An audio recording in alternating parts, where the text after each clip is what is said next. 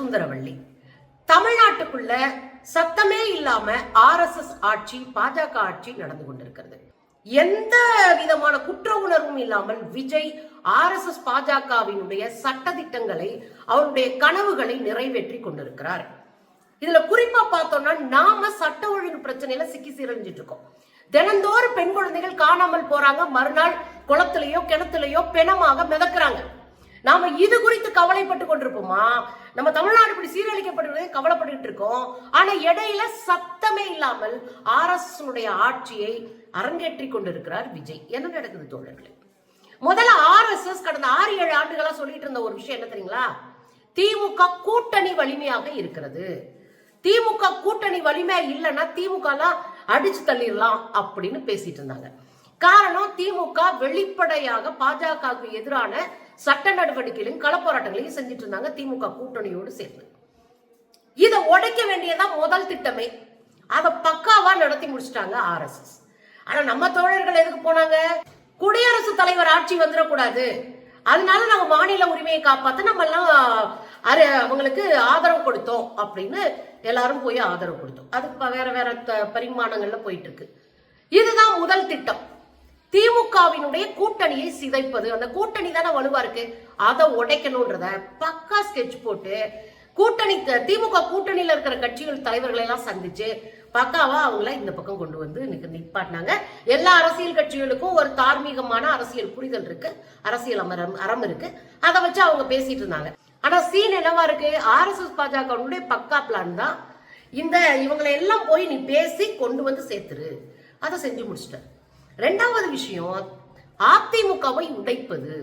ஏற்கனவே அதிமுக 5 துண்டா உடைஞ்சு கிடந்தது. அதிமுக உடைக்கப்பட்டு பல துண்டுகளா கிடக்கிறத பயன்படுத்தி தான் பாஜக அதிமுக மேல சவாரி செய்து இங்க வந்து இறங்கி இருந்தது.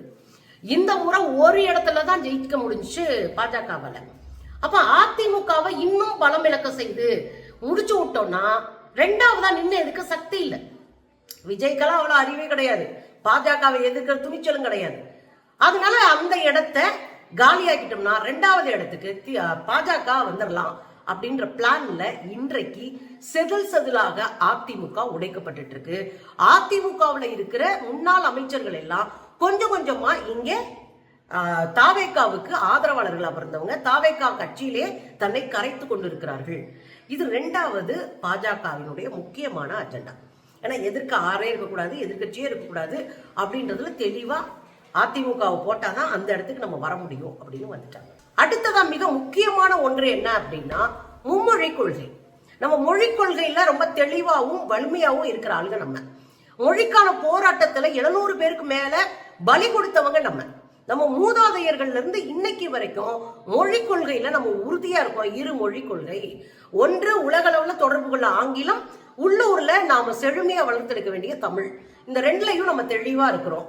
ஆனா இப்போ இந்த தாவேகா விஜய் அரசு 1000 CBSE பள்ளிக்கூடங்களுக்கு ஒத்த பைசா வாங்காம அனுமதி கொடுத்துட்டாங்க அப்படின்னு பரபரப்பா பேசப்பட்டுச்சு. நீங்களும் பார்த்துருப்பீங்க. CBSE பள்ளிக்கூடங்களுக்கு மாநில அரசு அனுமதி தர தேவை இல்லை அப்படின்னு சட்டம் 2 வருஷம் ஆச்சு. மாநில அரசினுடைய அங்கீகாரம் இல்லாமலே நீங்க பள்ளிக்கூடங்களை ஆரம்பிக்கலாம். இந்த சட்டத்தை போட்டு மோடி அரசு 2 வருஷம் ஆகி போச்சு. இன்னைக்கு இவங்க நல்லவங்களா நடக்கிறதுக்காக 1000 பள்ளிக்கூடங்களுக்கு 5 பைசா வாங்காம அனுமதி கொடுத்தாங்களாம், ரெகக்னேஷன் கொடுத்தாங்களாம், அங்கீகாரம் கொடுத்தாங்களாம். ரைட்டு, 1000 பள்ளிக்கூடங்களுக்கு CBSE பள்ளிக்கூடத்துக்கு அங்கீகாரம் கொடுத்துட்டீங்க. ஆனா CBSE பள்ளிக்கூடங்கள்ல தமிழ் இல்லையே. ஆனா 3 மொழி கொள்கை இருக்கே. போன ஆண்டு கட்டாயமாக, இப்ப 2 மாசத்துக்கு முன்னாடி கட்டாயமாக CBSE பள்ளிக்கூடங்களில் மும்மொழி கொள்கை கொண்டு வரப்பட்டிருக்கே. அப்புறம் நீங்க 1000 பள்ளிக்கூடத்தை திறந்திருக்கீங்க. ஏற்கனவே பல 1000 பள்ளிக்கூடங்கள் இங்க இருக்கு. அது எல்லாம் செஞ்சு மும்மொழி கொள்கை தானே இங்க மாணவர்களுக்கு திணிக்கிறாங்க. இதை தடுக்க துப்பு இல்ல. ஆனா என்ன பண்றாங்க? நந்தகுமார்னு ஒருத்தரை கூட்டிட்டு வந்து தனியார் பள்ளிகளினுடைய கூட்டமைப்பின் தலைவர் அப்படின்னு கூட்டு வந்து அவரை பேட்டி எடுத்து போடுறாங்க. பரபரப்பா தமிழ்நாட்டின் ஊடகங்கள் 2-3 நாளா அதான் பேசிட்டு இருக்காங்க. கடைசியில் அவர் யாருன்னு பார்த்தா பாஜகவினுடைய கல்வியாளர்கள் பிரிவின் தலைவரா இருக்காரு. பாஜகவுக்கும் கல்விக்கும் தொடர்பே இல்லை.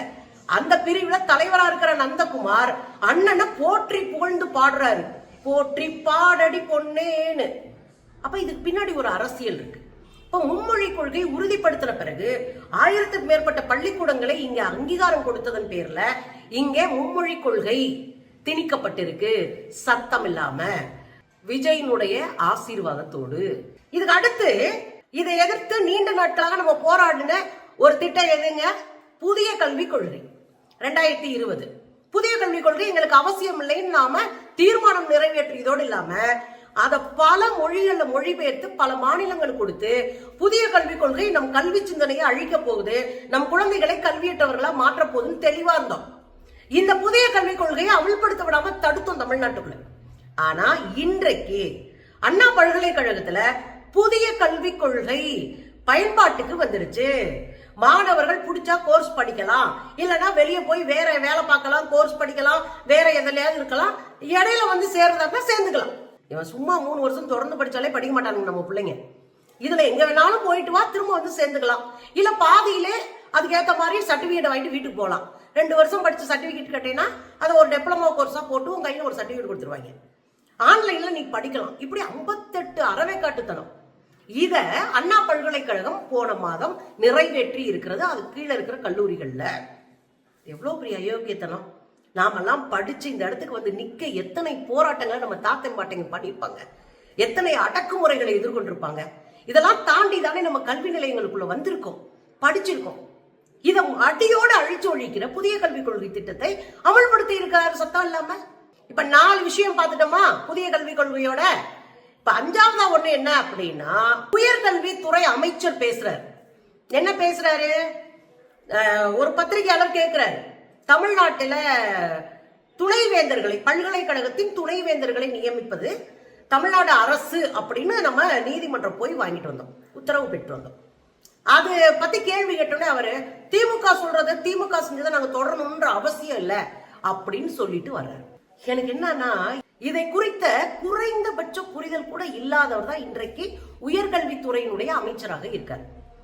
தமிழ்நாட்டில வேந்தராக முதலமைச்சர் இருக்கணும், ஆளுநர் இருக்கக்கூடாது.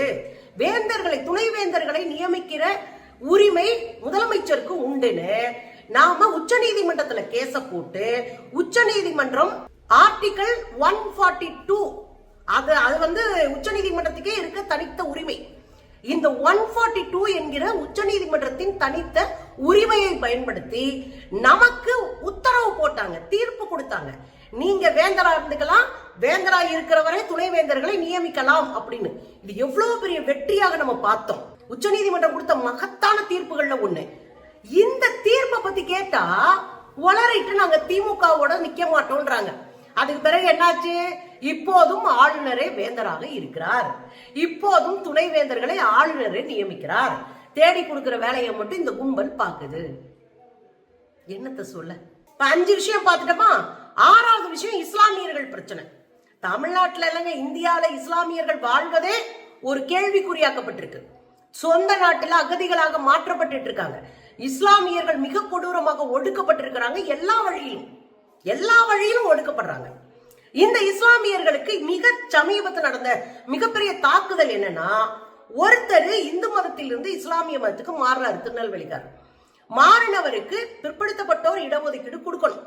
ஏன்னா 2024 ஸ்டாலின் அரசாங்கம் வேறொரு மதத்திலிருந்து இஸ்லாமிய மதத்துக்கு மாறினாலும் இஸ்லாமியர்கள் கொடுக்கப்படுகிற பிற்படுத்தப்பட்டோருக்கான இடஒதுக்கீட்டை அவங்களுக்கு கொடுக்கணும்னு ஒரு ஜிஓ பாஸ் பண்ணிருக்கு. அதை எடுத்துட்டு போய் இவரு எனக்கு பிற்படுத்தப்பட்ட இடஒதுக்கீடு வேண்டும்னு உயர்நீதிமன்றத்தினுடைய மதுரை கிளையில வழக்கு தொடுக்கிறார். இதுக்கு அவசர ஆத்திரமா தீர்ப்பு சொல்றாரு யாரு? சாமிநாதன். அவர் யாருன்னு தெரியும், அவர் RSS சங்கி. அவர் ஒரு தீர்ப்பை சொல்றாரு. என்ன சொல்றாரு? இந்த ஜிஓ செல்லாது. போனது எதுக்கு? எனக்கு உரிமை கொடுங்கன்னு கேட்க. ஆனா கொடுத்த தீர்ப்பு என்னது? இஸ்லாமியர்களுக்கு இடஒதுக்கீடு கொடுங்கன்னு 2024 கொடுக்கப்பட்ட ஜிஓ செல்லாது. வேறு மதத்தில் இருந்து வந்தவர்களுக்கு இந்த இடஒதுக்கீட்டு திட்டம் வராது அப்படின்னு தீர்ப்பு கொடுக்குறாங்க. இப்ப ஏதோ ஒரு மதத்துல இருக்கிறாங்க, அந்த மதத்துல இருந்து இஸ்லாமிய மதத்துக்கு வர்றாங்க அப்படின்னா, நீ வேற ஒரு மதத்துல இருந்து இந்து மதத்துல இருந்தோ இங்க வந்தேன்னா உனக்கு இடஒதுக்கீடு இல்லை அப்படின்னு தீர்ப்பு கொடுக்கப்பட்டுச்சு. அப்படின்னா என்ன அர்த்தம்? மறைமுகமாக மதம் மாற்றத்திற்கான தடையை சொல்லுகிறார்கள் என்று பொருள். இதை நம்ம தட்டி கேட்கிறோம். அண்ணன் வாயை திறக்கலையே, அண்ணன் கூட இருந்த ஒரு கும்பலும் அதுக்கு எதிர்ப்பு தெரிவிக்கலையே. உள்ளூருக்குள்ள வாய் திறக்காம போராடாம எங்க உச்ச நீதிமன்றத்துல போய் வழக்கு தொடுக்குறாங்களாம். எதுக்கு நீ நாடகம் போட்டுட்டு இருக்கீங்க? முடிச்சு விட்டீங்கல்ல. இஸ்லாமியர்கள்ல 2% தான் தன்னிறைவான வாழ்க்கை வாழ்றாங்க. 98% இஸ்லாமியர்கள் தலித்துகள் பழங்குடிகளை விட கீழே இருக்கிறாங்க. கல்வியிலும் பொருளாதாரத்திலும் சாதாரண குடிகளாக ஒதுக்கப்பட்டிருக்கிறாங்க இஸ்லாமியர்கள். ஆனா இந்த தீர்ப்பு குறித்து வாயத்திறக்கலைய கொலக்கட்டை வச்சு உட்கார்ந்துருந்தாரு. இதுக்கு அடுத்து இன்னொரு மிக முக்கியமான ஒரு திட்டம் வந்துச்சு. NGOs எல்லாம் காலி பண்றது. மாற்று மதத்தினர் நடத்தக்கூடிய, அதாவது இஸ்லாமியரோ கிறிஸ்தவர்களோ நடத்தக்கூடிய NGOs காலி பண்றது.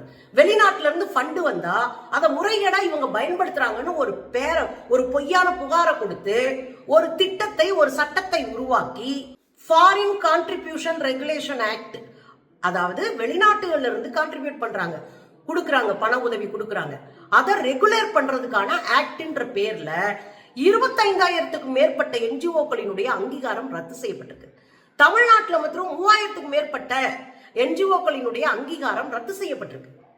இது திட்டமிட்டு ரத்து செய்யறதோட இல்ல, ரத்து செஞ்சா அவங்களுடைய சொத்தெல்லாம் ஆட்டோமேட்டிக்கா அரசாங்கத்துக்கிட்ட போயிடும். இது ஒரு வகையான திருட்டு, சட்ட ரீதியாக திருடுவது. இதை எதிர்க்க முதுகெலும்பே இல்லையங்க அண்ணங்கிட்ட. இத பத்தி எதுவுமே பேசலையேங்க விஜய். இதை தாண்டி இஸ்லாமியர்களுக்கு இன்னொரு பிரச்சனை என்ன தெரியுங்களா? ஆடு கோழியெல்லாம் தடைக்கு முன்னாடி ஜெயலலிதா ஒரு தடை சட்டம் போட்டு அடிச்சு ஆடி போராட்டம் பண்ணி தடை சட்டத்தை வாபஸ் வாங்க வச்சோம். இப்போ ஊர்கள்ல ஆடு மாடுகளை வெட்டுறாங்க. இப்ப மாடுகள் கன்றுகளை வெட்டுவாங்க. இந்த சமீபத்துல பக்ரீத் வந்துச்சு. அதுல குர்பானி கொடுக்கறதுக்காக மாடுகளை வெட்டும் போது பல இடங்கள்ல தடை செய்யப்பட்டு மாடுகள் பறிமுதல் செய்யப்பட்டுச்சு.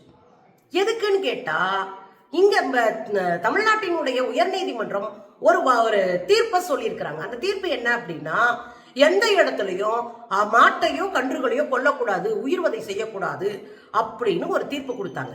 ஆனா அதுக்கு முன்னாடி ஒரு தீர்ப்பு இருக்கு. அந்த தீர்ப்பு என்ன சொல்லுச்சுன்னா, நீங்க ஆடு மாடுகளை வெட்டுற இடம் இருக்குல்ல, அந்த இடத்துல வச்சு வெட்டுங்க, தெருக்கள்லயும் மற்ற இடங்களையும் வெட்ட வேண்டாம்னு ஒரு தீர்ப்பு. இப்போ இது ரெண்டையும் தூக்கிட்டு எங்கேயுமே வெட்டக்கூடாதுன்னு பறிமுதல் செஞ்சுட்டு இருந்தாங்க. குர்பானி என்ன அப்படின்னா, இது மாதிரி ஒரு பெரிய மாட்டை பலி கொடுத்து அதுல இருக்கிற கறி மற்றங்கள்லாம் எடுத்து, மாமிசங்கள் எல்லாம் எடுத்து ஏழை எளிய மக்களுக்கு கொடுத்துட்டு அவங்களும் உண்ணுவாங்க. இது குர்பானி கொடுக்கறது. இதை தடுக்கிறது மூலமாக இஸ்லாமியர்களுடைய பண்பாட்டை உடைக்கிற வேலையை பார்த்தது. அண்ணன் வாயை மூடிக்கிட்டு இருந்தாரு. அதுக்கு அப்புறம் நீங்க பாத்தீங்கன்னா 100 நாள் வேலை உங்களுக்கு தெரியும். கம்யூனிஸ்டுகள் அடிச்சு ஆடி குறைந்தபட்ச செயல் திட்டத்தின் மூலமாக கொண்டு வரப்பட்ட ஒரு மகத்தான திட்டம் 100 நாள் வேலை. அது இல்லைன்னா பல குடும்பங்கள் கொரோனா காலத்துல தற்கொலை செய்து கொண்டிருப்பார்கள் என்று யார் சொன்னா? ஐநா சபை சொன்னது. புரியுதுங்களா? அந்த திட்டத்துல ஏற்கனவே மோடி அரசு 40% பணத்தை மாநில அரசு கொடுக்கணும்ன்றுச்சு. முதல்ல 90% கொடுத்துட்டு இருந்துச்சு ஒன்றிய அரசு. இப்போ மாநில அரசு 40 கொடுங்க, நாங்க 60 கொடுக்குறோம் அப்படின்ட்டு சொல்லி விட்டுட்டு பெரிய நிதிச்சுமையை மாநில அரசு மேல ஏற்படுத்தினாங்க. இதுவரைக்கும் நாம 14,000 கோடி ரூபாய் வாங்கிட்டு இருந்த ஒரு மாநிலம். அதாவது 100 நாள் வேலை திட்டத்துல பல கிராமத்து பெண்கள், முதியோர்கள் எல்லாம் வேலை பார்த்துட்டு இருந்தாங்க. அதுல 14,000 கோடி ரூபாய் வரை நம்ம செலவழிச்சிருந்தோம் வாங்கி. இன்னைக்கு எவ்வளவு கையெழுத்து போட்டு இருக்காரு? 3,800 கோடி ரூபாய்க்கு கையெழுத்து போட்டு விட்டு வந்திருக்காரு விஜய். ஏங்க 3ல் 1 பங்குங்க. என்ன வேலை நடக்கும், எத்தனை பெண்களுக்கு வேலை கிடைக்கும்? இது ஏழை எளிய கிராமப்புற மக்களினுடைய வாழ்வாதாரம் சம்பந்தமானது. கொஞ்சம் கூட அறிவு இல்லாம கையெழுத்து போட்டு விட்டார். அணுக்கனிமம் சுரங்கம் தோன்றது. இதை நம்ம டீடைல்டாவே உங்களுக்கு வீடியோ போட்டேன். 1144 ஹெக்டேர் நெருக்கி ஒரு 2,500 ஏக்கருக்கு மேல, அந்த ஏக்கர்ல சுரங்கம் தோண்ட போறாங்களாம். அதுவும் கதிர்வீச்சால மொத்த குமரியும் அழிஞ்சு போகுது. அது போன மாசத்தோட முடிகிறது. இந்த மாசம் 10ஆம் தேதியோட முடிகிறது. முடிஞ்ச சனி தொலையட்டுமேனு விட்டுறாம ஓராண்டு நீட்டித்து கையெழுத்து போட்டிருக்காரு விஜய். இது யாருடைய அறிவுறுத்தல்ல போட்டார்? தமிழ்நாட்டினுடைய ஒரு பகுதியை அழிய போகுது குமரியில. யாருடைய அறிவுறுத்தல் கீழே நீங்க கையெழுத்து போட்டீங்க? அப்போ நீங்க இதுவரையும் பாத்தீங்கன்னா 10க்கும் மேற்பட்ட திட்டங்கள் போற போக்குல கையெழுத்து போட்டு தமிழ்நாட்டை முடிச்சு விட்டாரு நம்ம அண்ணன். என்ன செய்ய போறோம் தோழர்களே? என்ன செய்ய போறோம்? மறைமுகமா இங்கே பாஜக ஆட்சி நடந்துட்டு இருக்கு. என்ன செய்ய போறோம்?